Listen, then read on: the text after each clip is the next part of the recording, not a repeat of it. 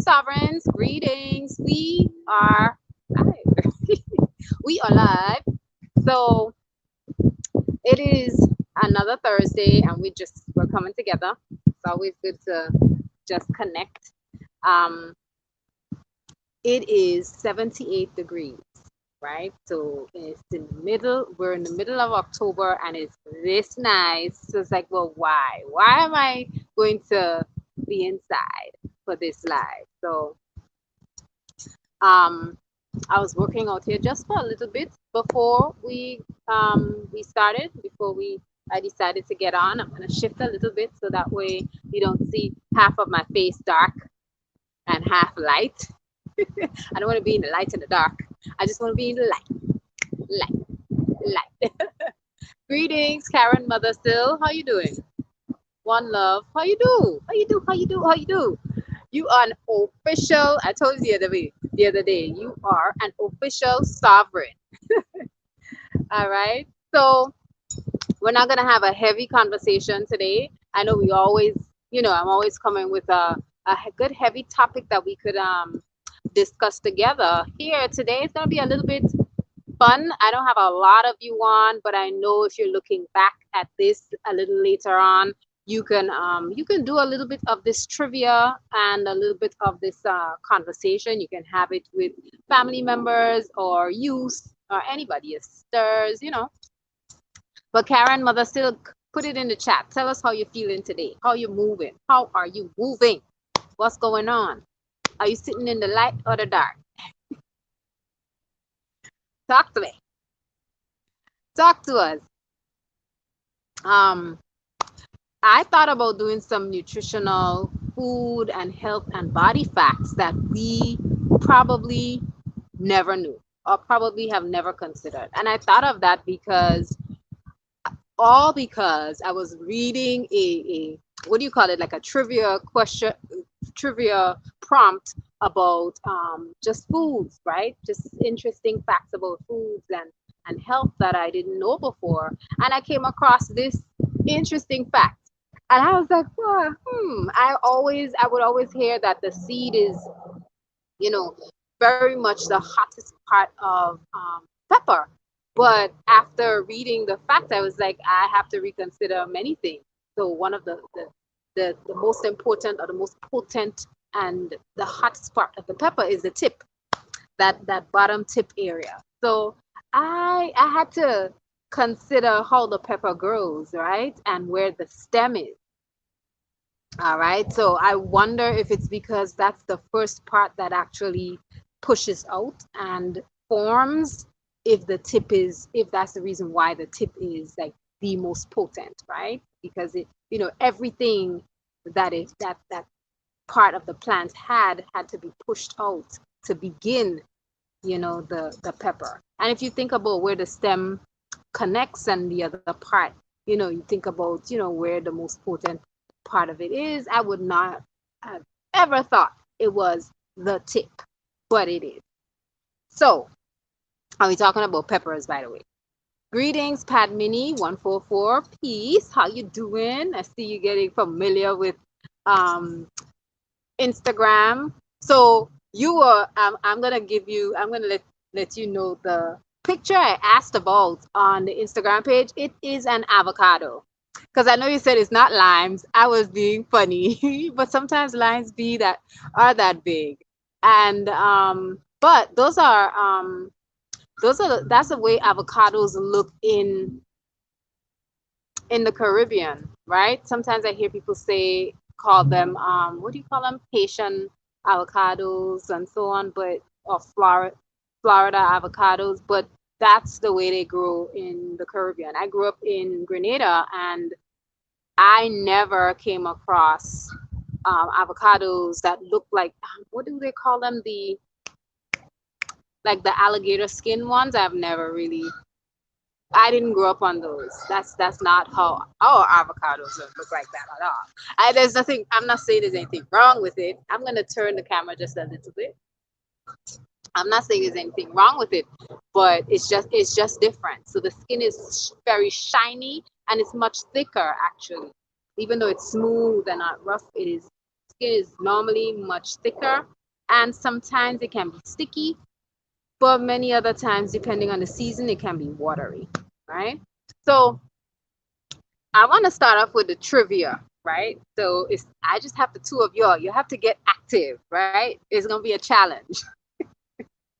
It's gonna be a challenge. Sometimes you have a lot of people who jump on, and sometimes um, they kind of watch it after, right? But there are a couple of trivia questions I kind of wanted to ask, so I'm gonna go ahead and ask.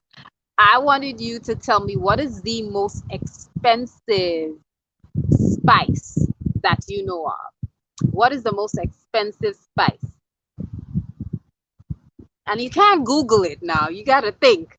You have to just think. And I'm going to give the answer in a couple seconds. So if you don't give me something, I'm going to give the answer. What is the most expensive? I think Mother Sil will know. I think Sister Karen's going to know. I have a feeling you're going to know. I want to move around so badly because I feel like I'm in the dark. So you all might see me moving constantly. So I could find myself a good spot so that I'm not in the shade. All right, this might be better. It seems like it's going back and forth, but it's fine. It's fine. It is fine. Clothes. That's a good one. That's a good guess.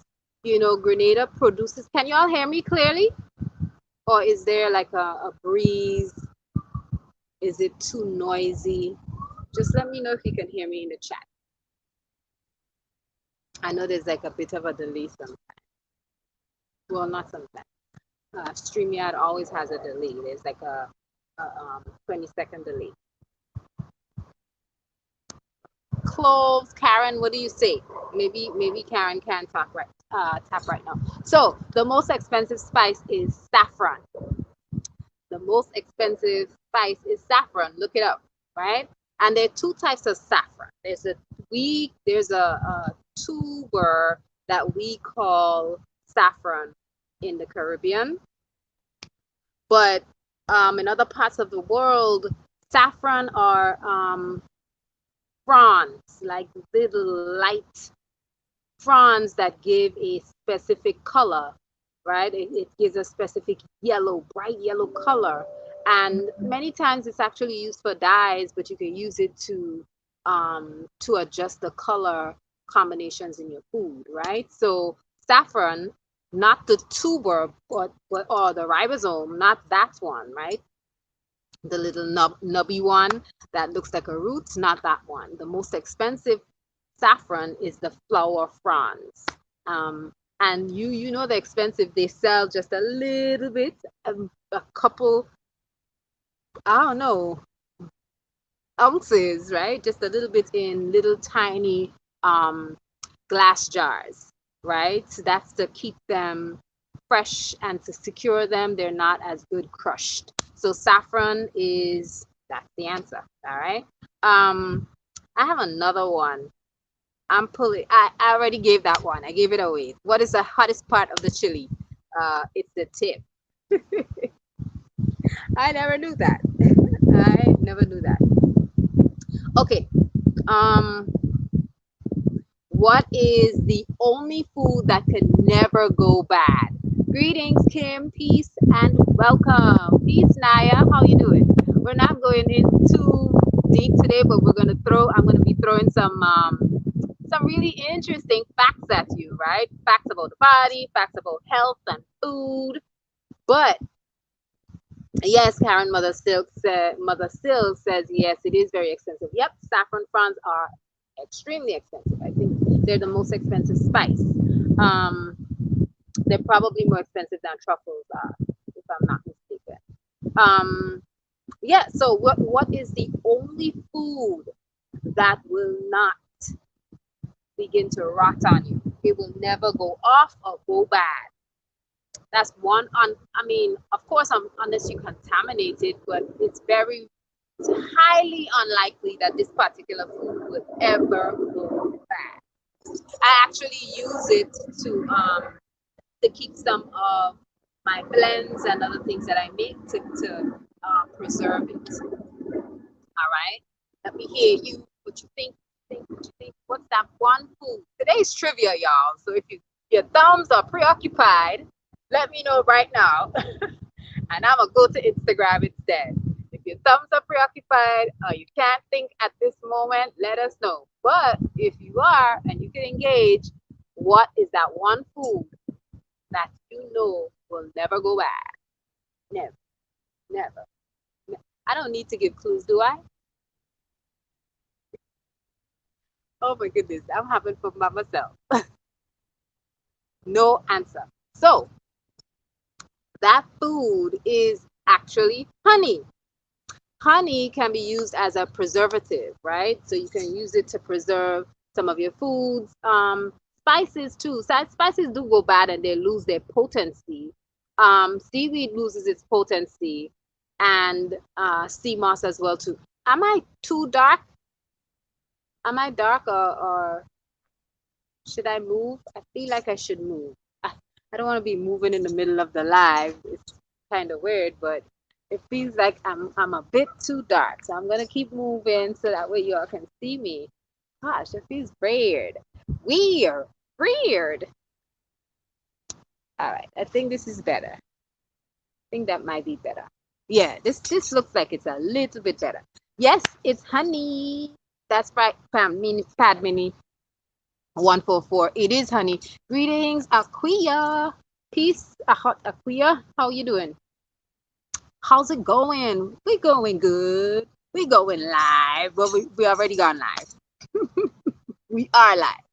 So we're looking at just, quick food facts and facts about your body, about health and food that you never knew. You probably never thought of them before. So honey is right.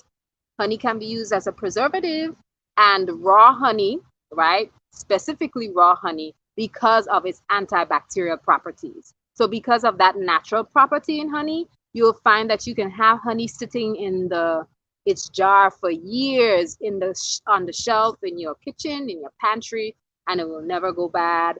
Sometimes when you use raw honey in homemade syrups or homemade drinks and other things, or elixirs, because you're making medicine, it preserves it as well. It preserves it as well. So that's really good. I'm glad you're loving it. I enjoy sharing, and I enjoy learning a thing or two as well. Canola oil. So we talked about cholesterol, right? And we talked about just the effect that cholesterol has on the body, but generationally, right? And that's because we all tend to kind of eat the same way. So we have to break those generational curses that show up through the bloodline, that show up through the traditional foods that we eat and the things that we do without questioning, right? So canola, right? I wanted to know, do you know what canola is an abbreviation for? What is canola an abbreviation for? Right? This is canola is, I'm gonna see, y'all know what canola is, but I'm trying to see if you know where this name came from, right? Because many times when you say it, people seem to think that it's an actual plant, but it's not, right? They think that this particular thing comes from a particular plant, but it's not. It's derived. So it's it's man-made. Canola, anybody? You've probably heard of canola oil. So I'll give it up. Canola is actually an abbreviation for Canadian oil. All right. So if you ever hear canola, that's one of the major places that we will get something like canola oil from. All right. Moving on. There was another one that I wanted to share.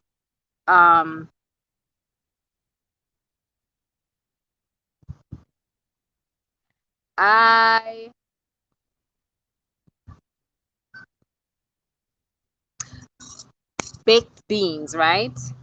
Baked beans are made from what type of bean? We talked about beans and legumes a couple, I think it may have been a month and a half ago.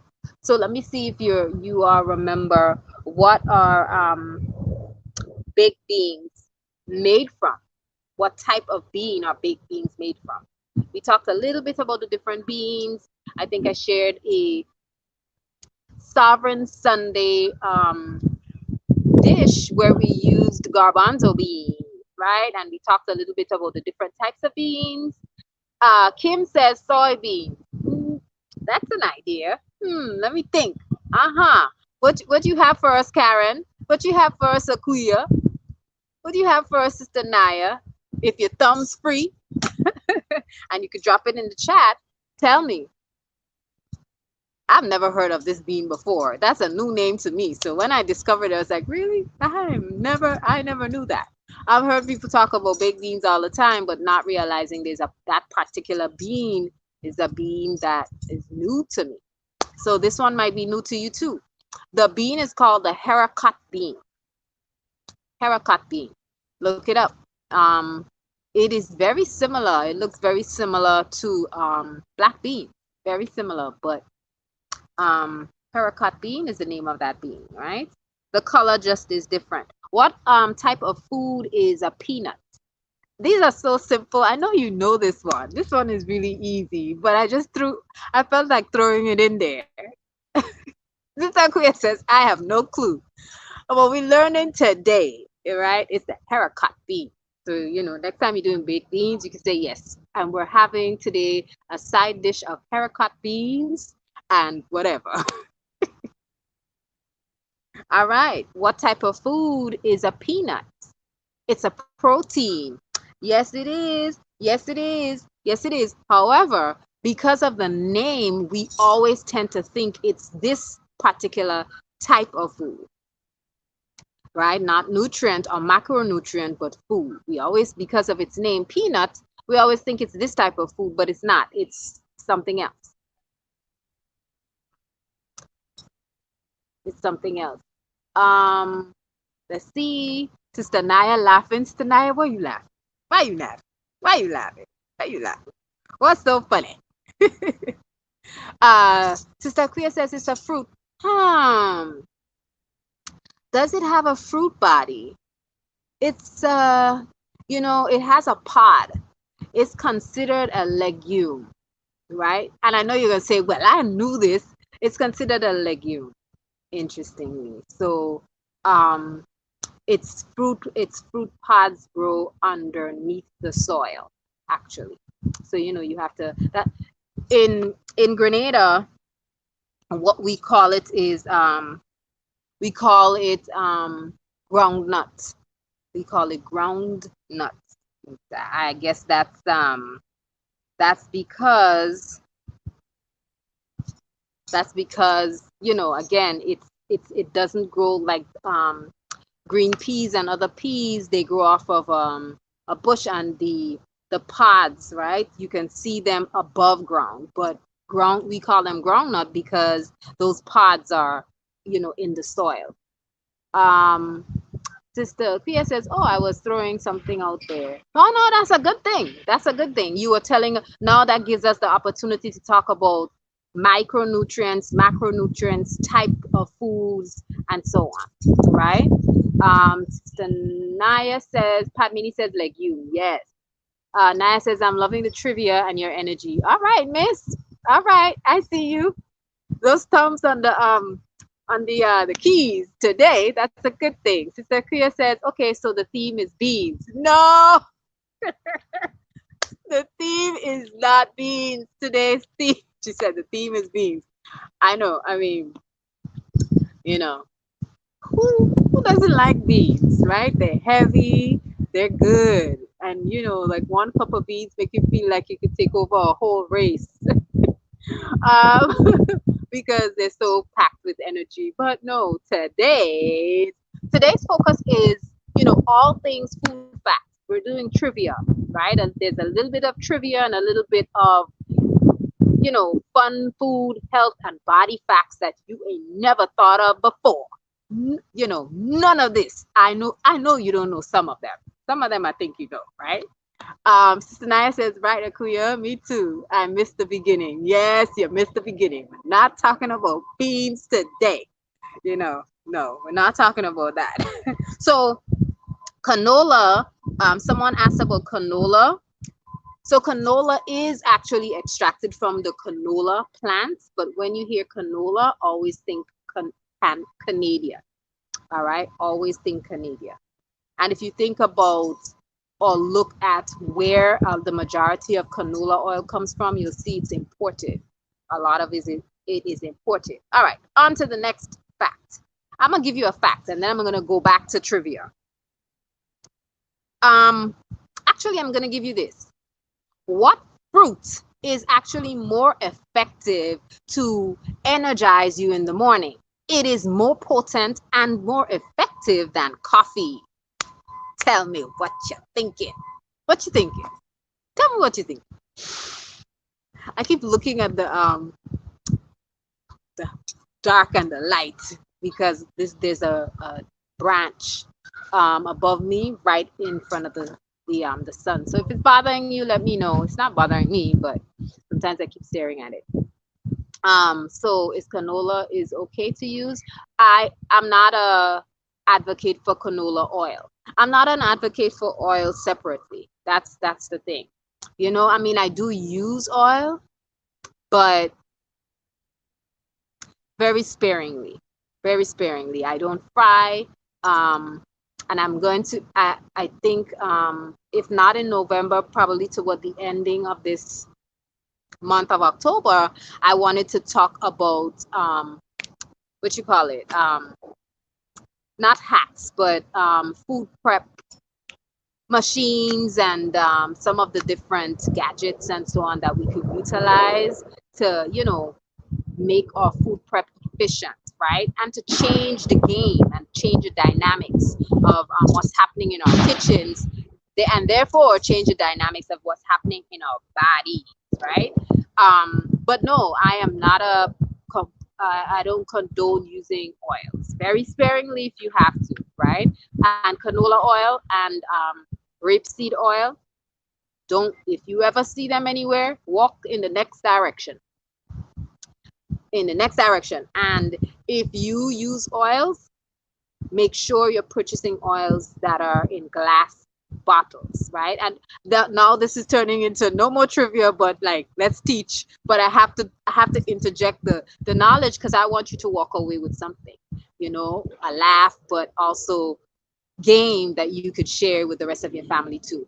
Don't, because there's an interesting chemical interaction and reaction that happens when oils and plastics are placed together, especially when you have plastics that leach things like microestrogens and phytoestrogens into the oil, and then you ingest it, right? And what that does is it creates an imbalance of hormones in the feminine body. Very important. So plastics and oils don't belong together. Glass jars, no canola oil, throw out the rapeseed oil. And if you have to use oil, grab some olive, sunflower if you can, but sunflower is kind of hard to get in a glass bottle. So there you go. Let's go to the chat. Padmini says oranges. That's a good one. That's a good one. Oranges are perfect for like an after workout food, because what they help to do is they help to replenish some of the lost minerals that like, but also the acid actually helps with the muscle, because sometimes you work out, you may tear muscles and so on. Even when hiking, that was one of the best foods for me when I used to go hiking. So yes, yes. When I used to go hiking, it was one of the quick, easy foods to help me. But it is not the fruit that I'm talking about that is more effective at energizing you in the morning, even more potent than coffee is. I hear berries. Berries are good, but compared to this fruit, nah. Sister Naya says orange was my second guess. Oh well, there you go. Orange is out of the picture.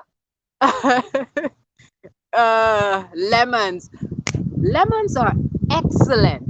Lemons are excellent to support you to help with elimination in the dawning. So that's a great thing. In the dawning, it helps to cut that mucus and bring it up, and you get to expel it. But it is not. It is no match for this fruit. It's not. It's no. It's no match for this fruit. The fruit. Y'all ready for it? This fruit is high in pectin. It is apples. Apples. If you want a good pick me up or wake me up in the dawning, apples. It's because it's crunchy.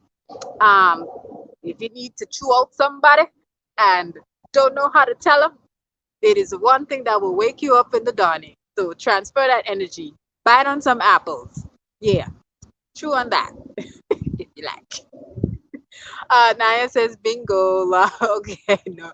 Y'all like, oh, Rage Runner. Yes. My acting days have, come to a close. Sister Naya and a queer. That's a little inside joke.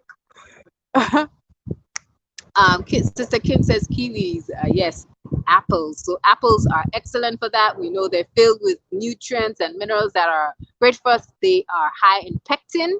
So that's one of the reasons. Also, apples, the chewiness and the crunchiness will actually begin to awaken the body. All right, it's better than coffee. Bananas, we hear bananas are always filled with potassium, right? But there are other fruits that are high in potassium. Give me two off the top of your dome. Give me two that are excellent and filled with potassium, apart from the monkey business of bananas, right? Kim says, "Dag, I eat one every morning because they're good." Yeah, they're good, and they're probably having that effect of helping you, initiate your day. And it's a great substitute for coffee. Sister Quia says berries. Berries. Well, what berries? Because there's so many berries, I'm a berry, They talk about all types of berries. Which berries are juicier and fruitier? I'm joking, y'all. But what berries? Raspberries, blueberries. What type of berry are you talking about? Um, Grapefruit. Grapefruit is a good one. Raspberry. Raspberry is a good one. Actually, and Padmini, where's yours? Cantaloupe. I'm looking. What else? I actually think that your answers are like, they are well thought out. I'm shifting because there's just so much shifting of the space and the light, and I want to make sure I'm in the light the whole time. So just give me a second. I'm moving around. This is the most moving live I've ever done. I have moved and moved and moved like crazy today. All right, there we go. That's better, I think. Honeydew, melon, those are great. Avocados. Avocados are actually way more potent and filled, though they're fatty, but I love that fat of avocados. I'm sorry.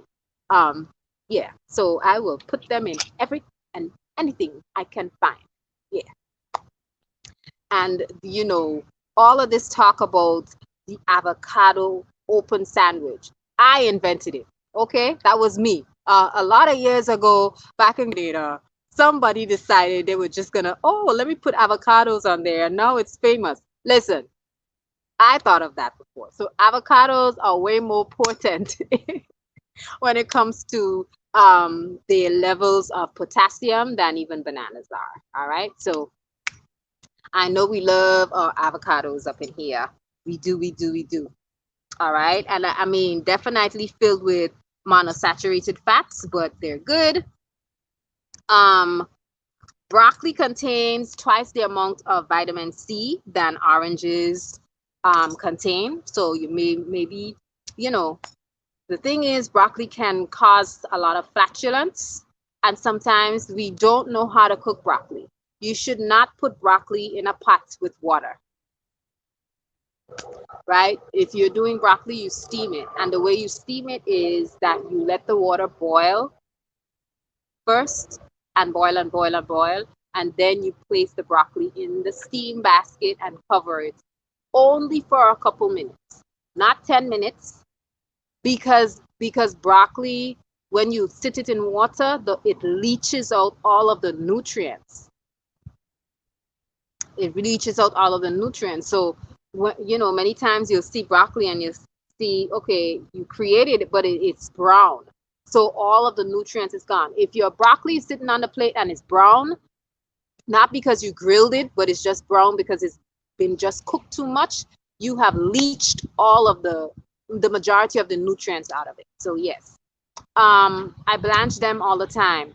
Blanching is good, but blanching actually, from what I understand, blanching is putting it in water. So steam it. That's how you get that the maximum amount of nutrients from that particular cruciferous veggie. And I want to have a whole conversation. I've been planning to talk about cruciferous veggies and how to work with them, but also how to cook them, because there's a special way to cook them to really draw out the maximum amount of nutrients from them.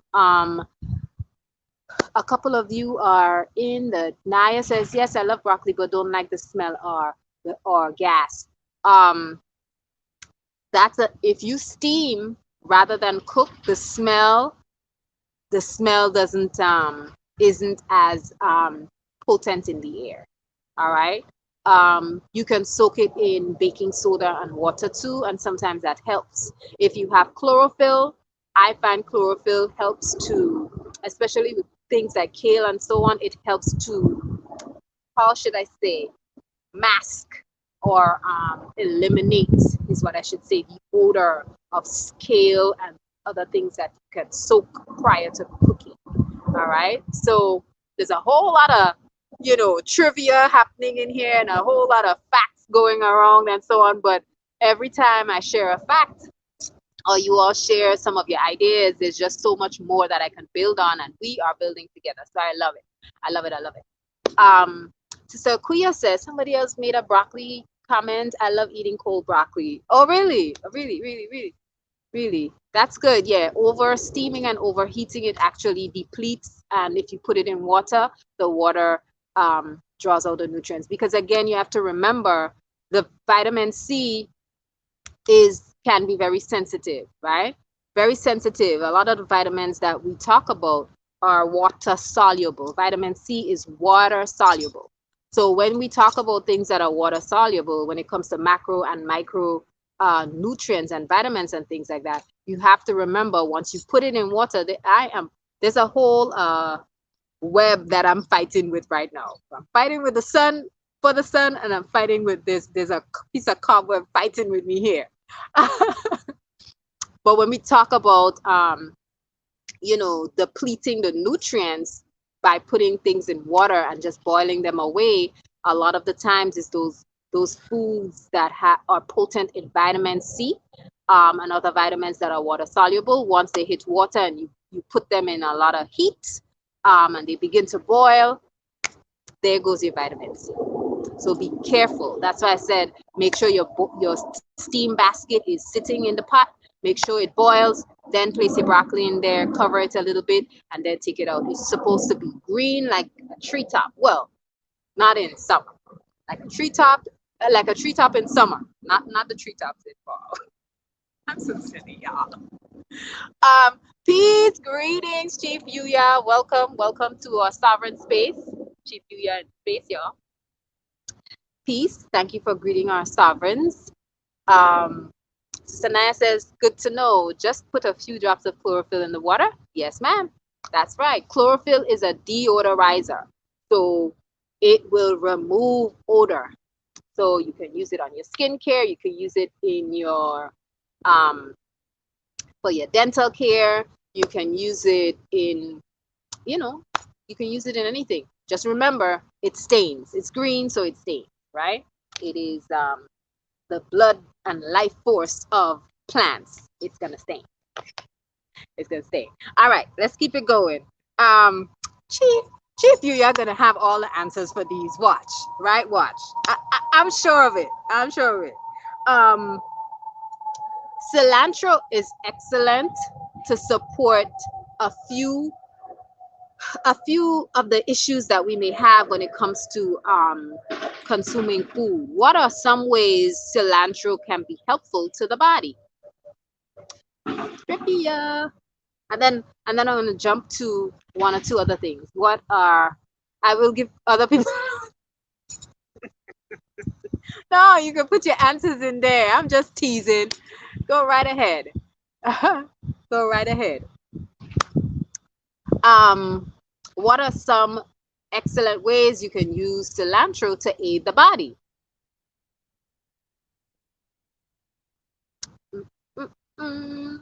I can't do the what is it? The na, na, na, na. It suppresses hunger feeling. It does. It is used to suppress hunger. It is a blood cleanser. Yes, it is. It is. I don't see Karen in the chat. I guess Karen is no longer with us, but Kim's here. Kim says lower blood sugar levels. All right. That's good. That's good. Anything more? Anything else that you're thinking of? Sister Naya, what you got? What you got first? Give us something. Give us something.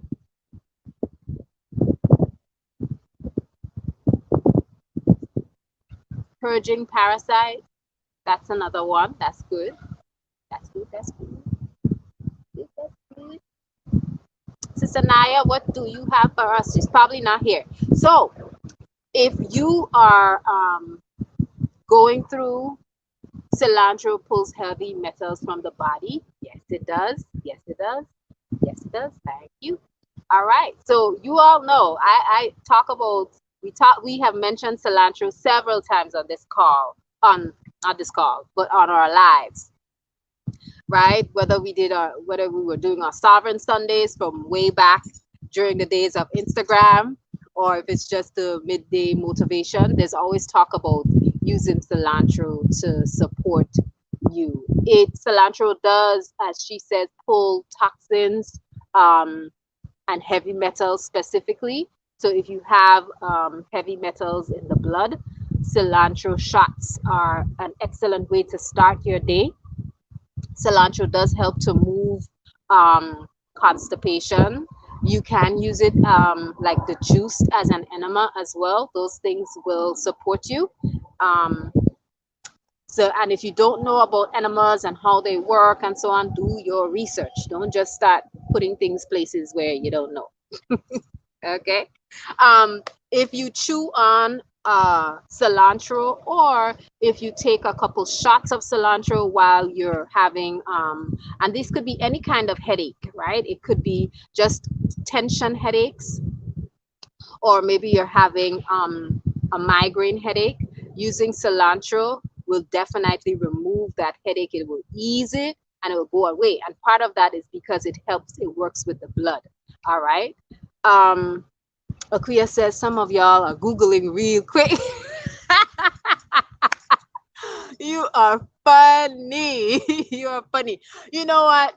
That's possible. But you know what? This is an excellent space for us to share our knowledge and learn. All right. So that's a good thing. Yeah, they're quick on the draw. You know, like quick draw McGraw.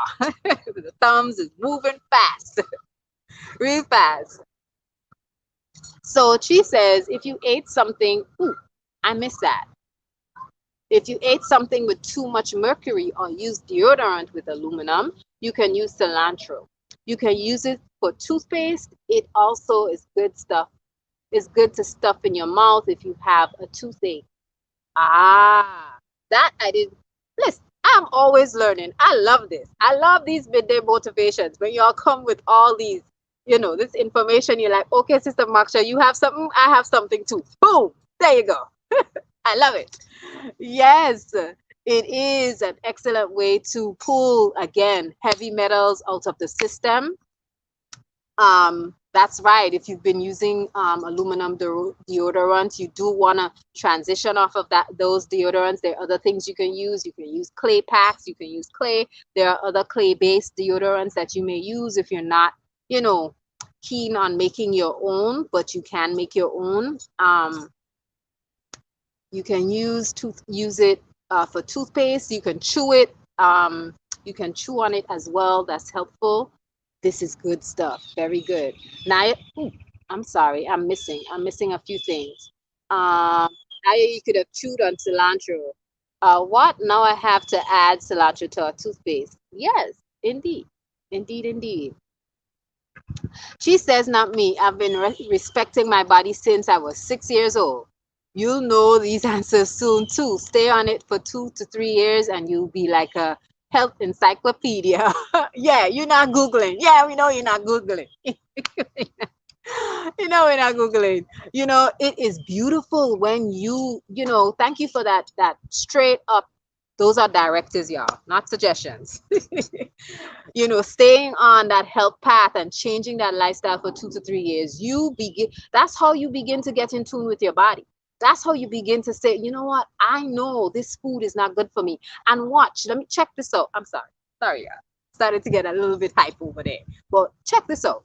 When you walk into the grocery store, there are foods that you walk right past. You would have wanted them before or craved them, but you begin to feel nauseated, or sometimes you just feel a push, or sometimes you don't even your body doesn't even recognize them. You glaze over them. Why that's happening? Because your body has begun to you've begun to develop an intimate relationship with your body, to the point where it's sensitive to the energetics of food. And like, I'm not this is not a, ooh, let's talk about something mythical or mystical. It's not. It's the body. I mean, think about it. We look at this tree over here. Where the tree? I can't, it's not gonna, y'all can't see it. But think about all the knots that you see in trees, right? Think about the way the branches of trees move and bend and shift based on the environment. Think about the way trees grow, right? Based on the nutritional capacity of the soil, whether it's nutritional dense or it is low in nutrients, it's lacking, right? All of that has an effect, right? So what's happening is the tree is naturally adjusting to the environment. The same is true for the body. The body can naturally adjust to its environment. The body itself is an environment. So when you begin to put things in it, you get to pay attention to what happens, and then you'll know not to do that again, right? After a while, you'll realize after a certain age, you can't have certain hearty greens anymore. You have to go for the softer ones. And that's not because you're just old. It's because there's a natural shifting in the body in terms of enzymes and certain things, chemicals and so on, that your body can't produce anymore. So, word to the wise, stick to that shift in lifestyle for several years and watch your body, like bloom. You get so in tuned with it. Sister Kuya says, so rub the cilantro under your armpits, Chief. Yes, ma'am.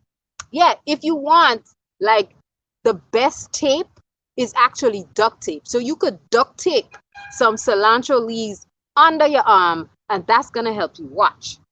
I promise you, just don't lift up your arm, because then everybody's gonna want to know what's going on with the duct tape and cilantro. I'm sorry, I just couldn't help it. I had visions of you with this cilantro, a bushel of cilantro underneath your arm.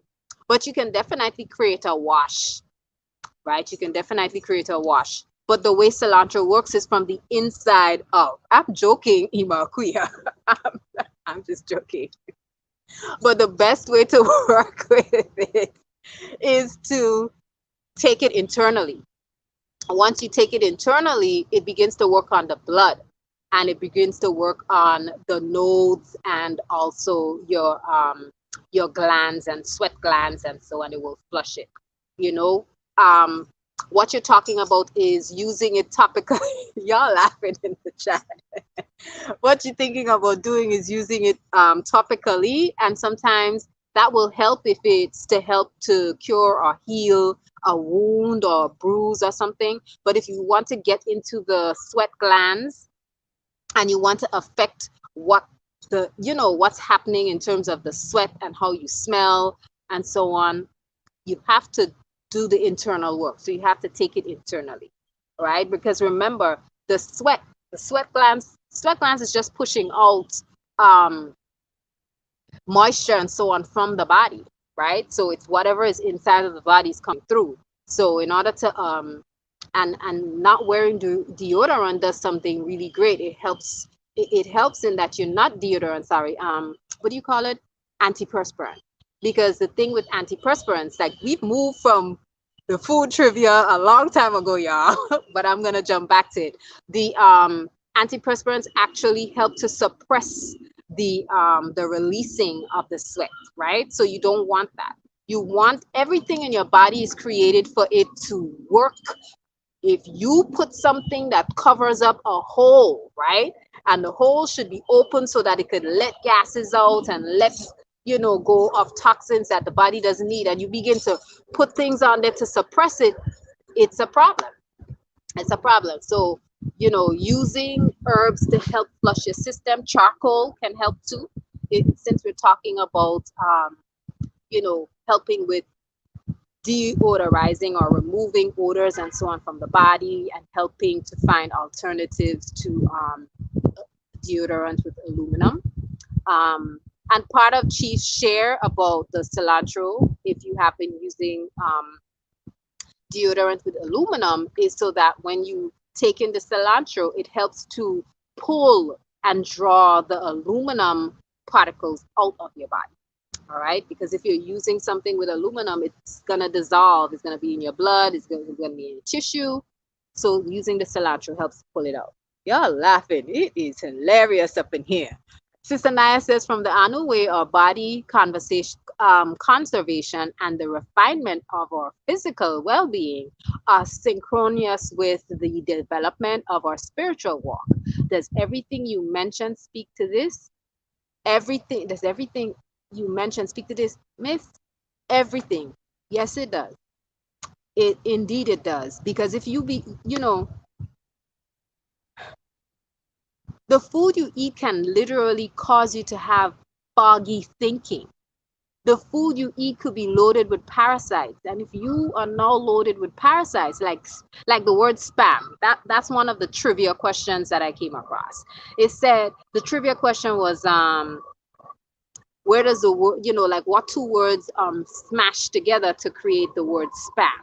It's spiced ham, right? That's pig, that's pork, right? So if you're consuming animal flesh that can possibly be riddled with worms and parasites, and it can pass to you, how do you know when you're thinking clearly? How do you know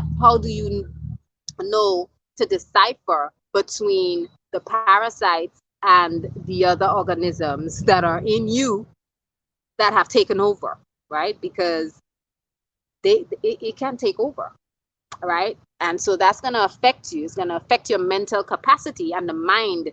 When you talk about the mind, you talk about all things spiritual, right? If remember, the body is a temple, right? And the temple is where you give honor, right? The temple is that space where you go to commune to. So the body is a house for the spirit too, right? So if you're housing spirit inside of something that is riddled with parasites, I mean, I know what to tell you. To me, that's a very profound and visual, that's yeah. Um, that's what I was reading over today, Ima Kuya, and was gonna discuss with my covering, but it made me think of it. Yeah, that's excellent. It's in the body temple chapter. That's right. Chief US says, I don't or haven't worn deodorant in years. I keep a stick home in case I eat some processed food because only then I have an odor for the day. Men, women like our natural smell. It's how we mark them. Interesting. Interesting, because people have a set smells. People, we have a scent that we carry on us. It is absolutely, it's crazy how you can identify someone by their smell, especially if they don't wear, like what do you call those things? The yellow door or whatever the names of the perfumes are and so on that people use. Because it begins to take over the natural pheromones. And so then you can't necessarily identify the person based on their smell. It becomes very difficult, but you can smell people. This is true. So that's an excellent point, Chief, that men mark their territory. They make their mark through scent as well. I can speak to foggy thinking. Yeah, so speak to it, Ima Kuya. Share a little bit about the foggy thinking and how it showed up for you. Why did it occur? What was happening? Um, yep, I'll put it down. I'm gonna put it on here. That's a good topic. I am gonna jot it down and we are gonna find time to talk about it. Parasites. Yep, we are. We are. Definitely. Um, she says the easiest way to decipher parasitic influence is to go on a juice detox. At that time, you will be more aware of how much you obsess on food and the way your toxins seek to influence behavior.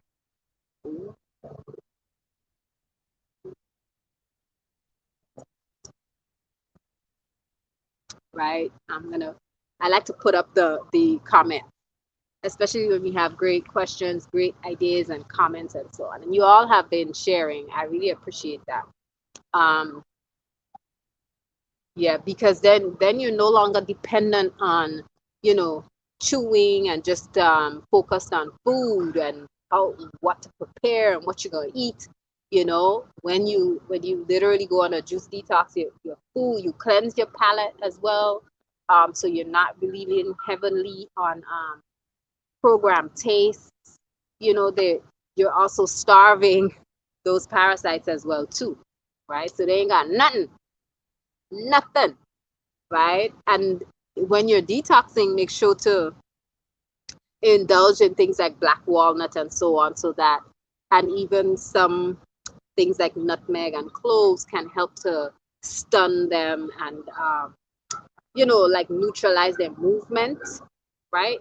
And then you can pass them out, right? They won't stay in, they'll detach from the fleshy tissue inside of your gut and so, and they'll be pushed out.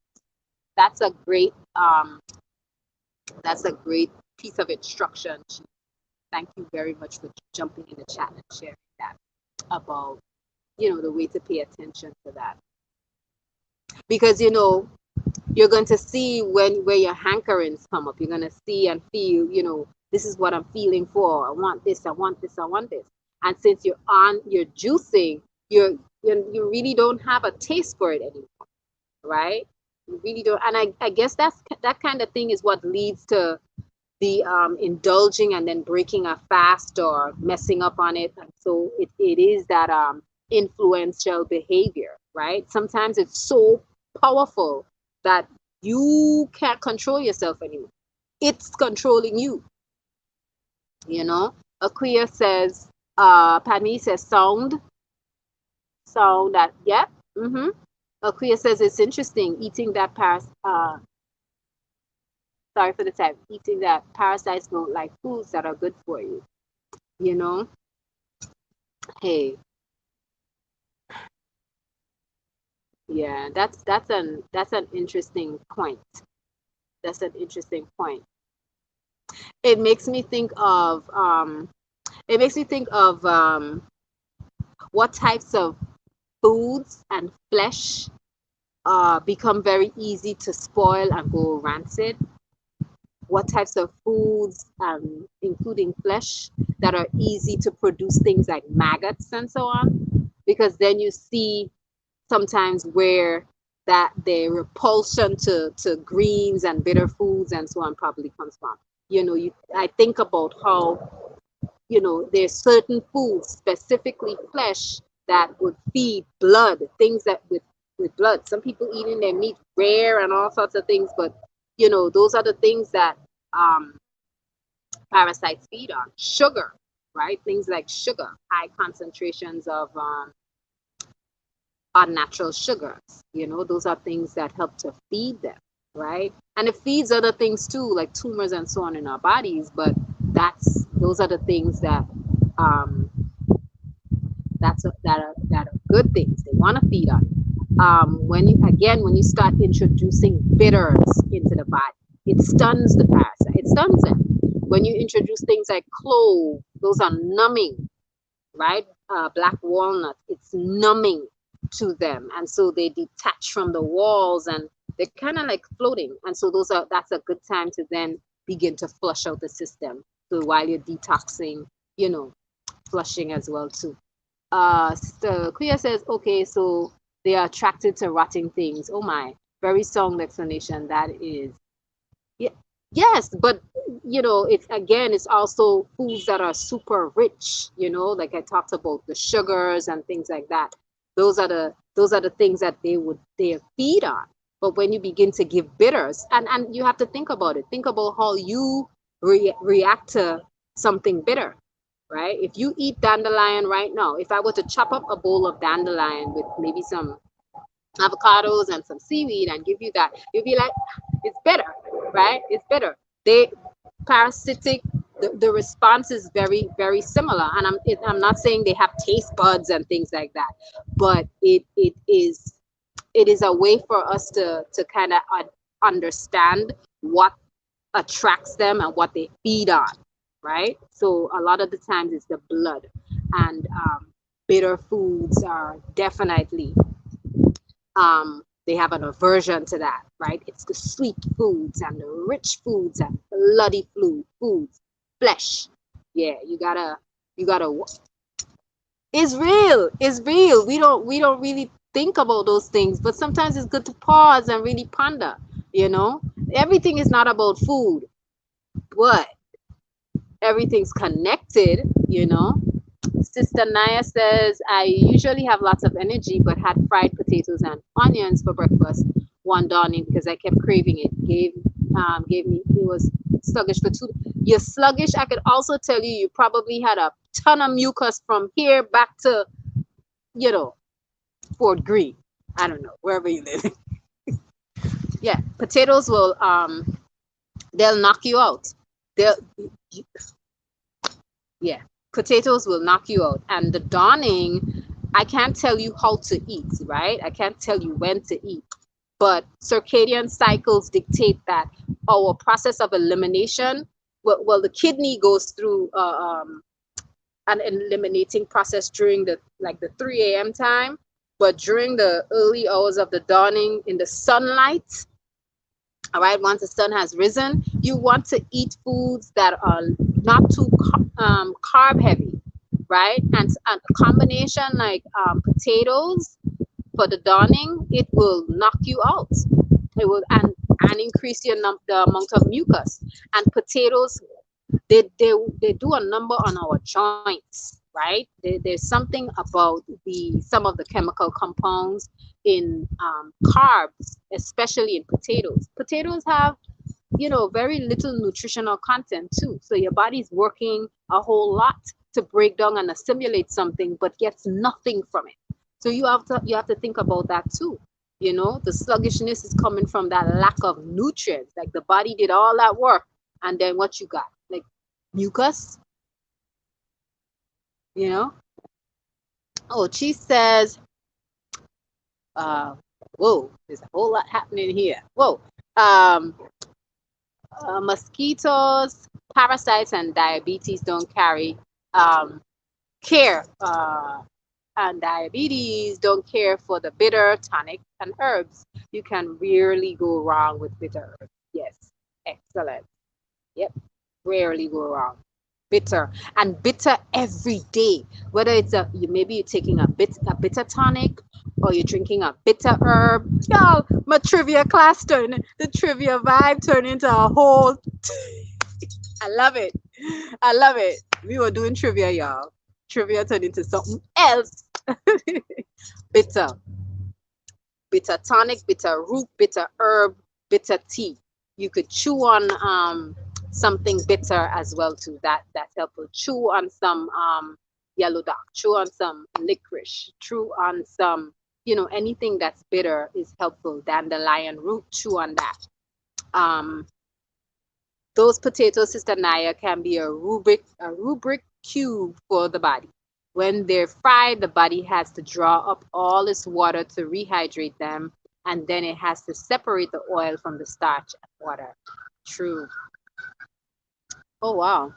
So it's all, it's all that extra work of, and so that's why she's feeling so, depleted too. It's the body having to pull from the water from the system and using it to die to assimilate. Oh my goodness, I think I lost it. Okay, it's back. All right. Chief also says in the AM, just help your detox process. Foods, drinks that help you eliminate are the key. If you want something hearty, have some soup for breakfast. Yes, have some soup. Soup, soup, soup, soup, soup, soup. No potatoes. No potatoes in the soup. Have some soup, but no potatoes. Don't add potatoes. Um, don't add potatoes to the soup. And it depends on the type of potatoes too. White potatoes tend to again build up a lot of mucus in the body. Uh, Greetings, Christopher Magneto. Peace and welcome to our conversation. In basic training, they would serve hash browns for breakfast. I used to be knocked out after um, after PT. What's PT? I think I got bitten off. I think I got bitten by something. I don't know. An ant. Oh my gosh. I could feel it. I'm saying I got bitten and I could feel the whatever chemical it released. I could feel it. Painful. My life. What is PT, brother? Let me see if I can figure out what PT is. So funny. Sister Naya says, I usually have a smoothie for breakfast, but was weak that day. When you're weak in the dawning and you're looking for something, we spoke about the one fruit that will help to energize you, and is way more potent than coffee. Apples. Have some apples, and maybe you want something heavy, as Chief said. Make some soup. Make a soup. Maybe you want to use lentils, but you could also make a soup in your blender. If you have a strong blender, you can use carrots as your base. They're particularly sweet and energizing. Maybe you can have a juice instead. That might be helpful. But fried foods again and again, the potatoes are very difficult for the body to digest again, because remember the dawning, that early dawning period, your body is going through elimination. That's an elimination process that's happening, right? Specifically for the foods that you would have consumed the day before. So you wanna eat something. If you need it to be heavy, that's fine, but it has to be light enough so the body can go through the process of elimination, um, to prepare for the new day of food, right? Nice. That everything bitter. Potatoes. That's also why the potatoes reek the joints. When the body is short on water, it pulls them from the joints. Eventually leading to arthritis and other sorts of swelling of the joints and so on. Excellent. Thank you. Thank you, thank you, thank you, Chief. Um, so yes, y'all, stay away from those potatoes, right? And if you really craving for them, make sure you up your water and you prepare your body so that way, it's not leaching or pulling on the moisture in the tender areas of the joints and throughout the body. Physical training. Thank you. Oh my, I should have been able to think about that. Physical training. Okay, physical training. Wow. Okay. Okay. I don't know.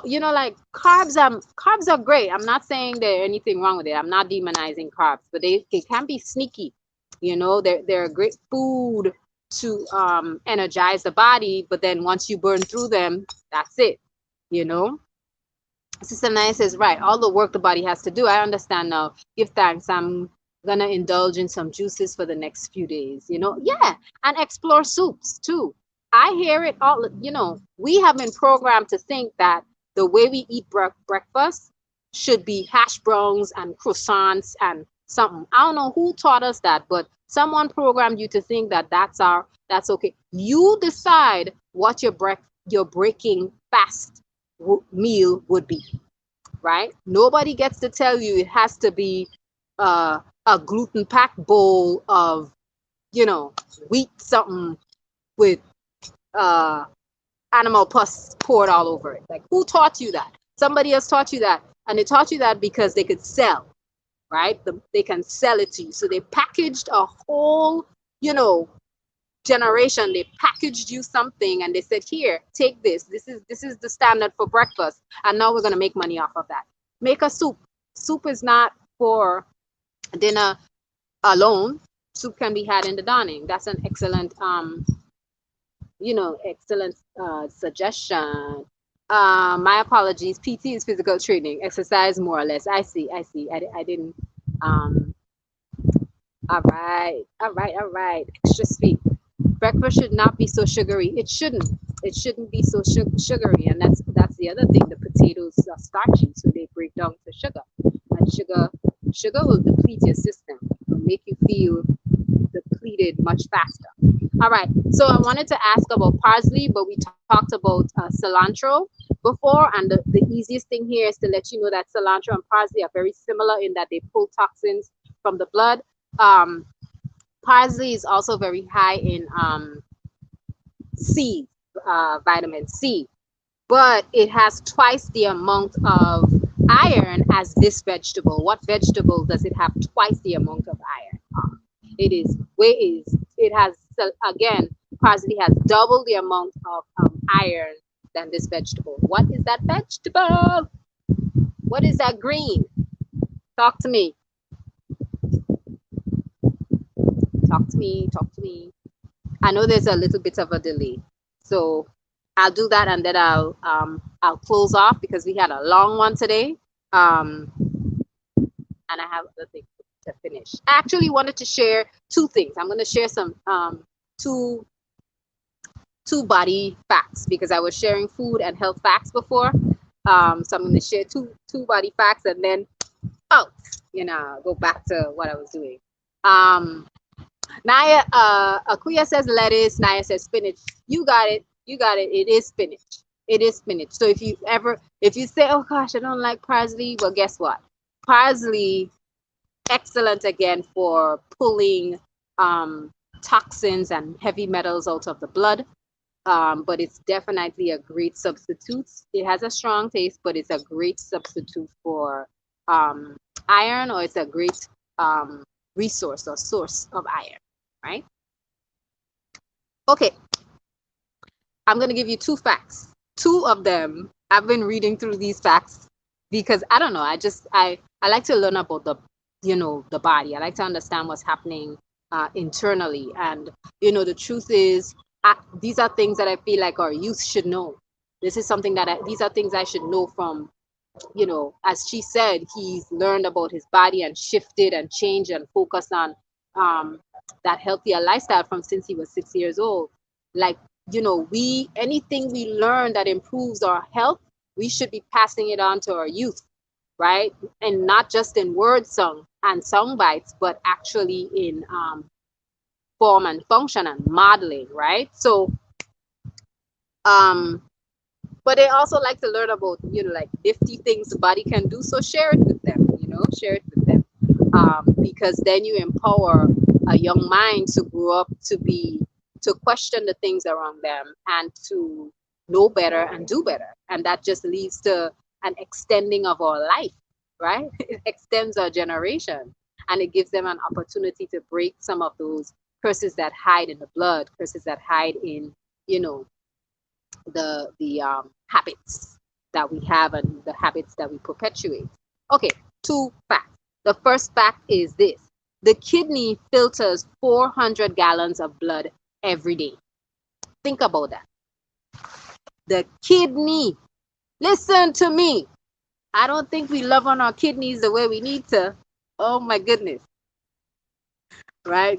I think we mistreat the liver and the kidneys a lot because we like alcohol. We like like the foods that, listen, the filtering of the blood is necessary. And if we shift our lifestyle so that way we are not consuming foods that forces the kidney to have to overwork itself, right? Because some people their kidneys, get shot to drink too much, right?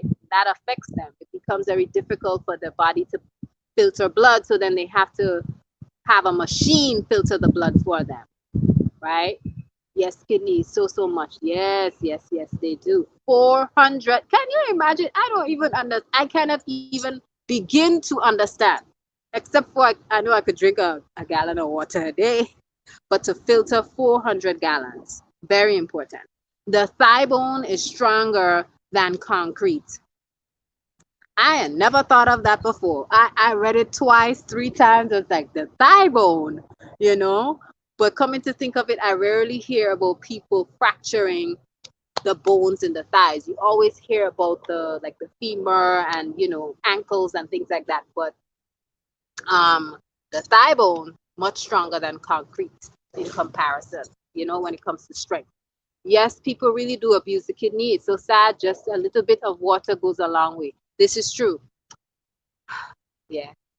I'm guilty, Chi. I'm guilty. Sometimes I go for hours without water. So I'm in that mix. I'm in all those mixes right there. they they also control blood pressure. Talk to us, Sister Aquia. All right, so Sister Aquia, I wish I had the link in the chat. That way you could actually share. Come on and share. But can you tell us a little bit about if you don't mind, how the kidneys, sorry, help to control blood pressure? Sakashia says, drinks water now. Yes, Miss.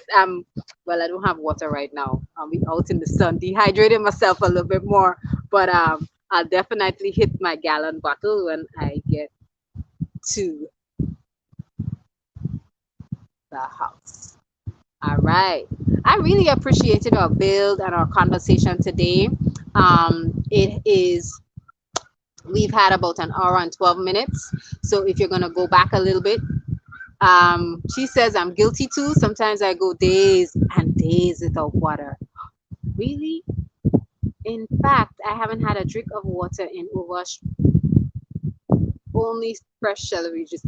Yeah, celery juice is very refreshing and nutrient. You don't need to do anything else except some celery drink every day, and you will be going and moving and going and moving. It does. Celery does have some levels of sodium, so it is helpful to be able to compensate for what that additional sodium will do to the body by drinking water. So grab yourself some water, chief, today, right now, right now, right now. Like the sister Kashia said, asterisk, drinking water right now.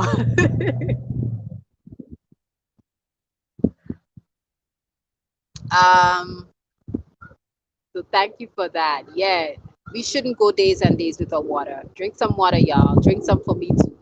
And when I get back to where I'm being, I will drink some water. It releases angiotensin 1 and 2. Papa, that is beyond my pay grade, sister. Boy, you're gonna have to give us a little bit more. But that's all right. I am happy to have you on and to share a little bit more about that process, because what you shared it's not, like, I understand, but I don't know the process. I don't know how to explain that, and it would be helpful for someone too. But I'm gonna find out. I'm gonna find out. Imakuya says, that's all I can say right now. It is a whole process. I figure it is. All right. Yes, but the celery juice has plenty of water. It does, but it's, celery is packed with water. But celery has some levels of sodium in there, and it's used sometimes as an electrolyte, right? To replace electrolytes. So it will keep you going and energized. But I think sometimes celery, when you do things like celery, or you're juicing things like tomatoes and so on, you need to make sure that you balance it with water because it can be dehydrating if that's all you're doing. She says you don't really need, the thing is you don't really need that much water if you're eating a bunch of foods that are that dehydrate you, that hydrate you.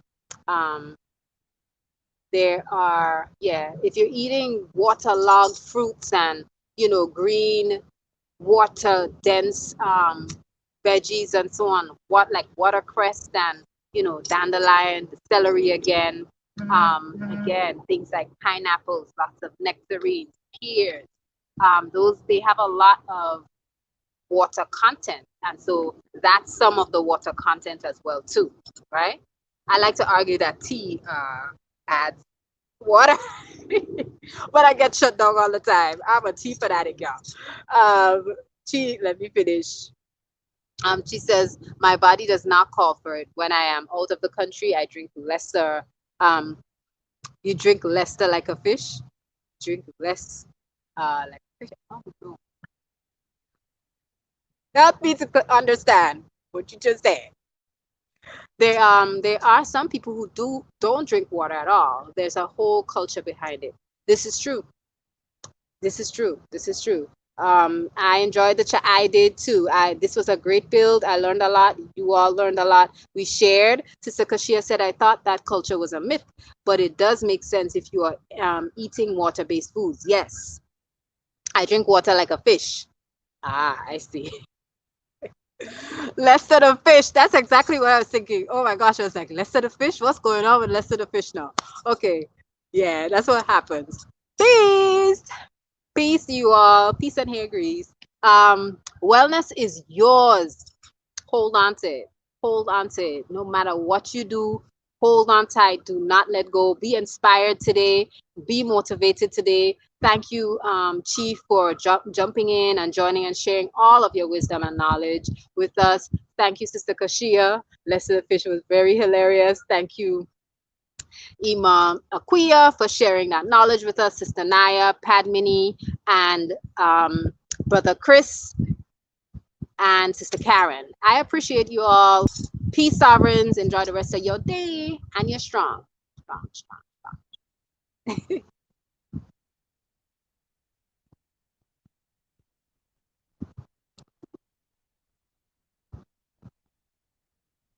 All right. Thank you. I appreciate that. Yes, hit the playback, Sister Kashia. It was a whole long one today. It was good. Peace.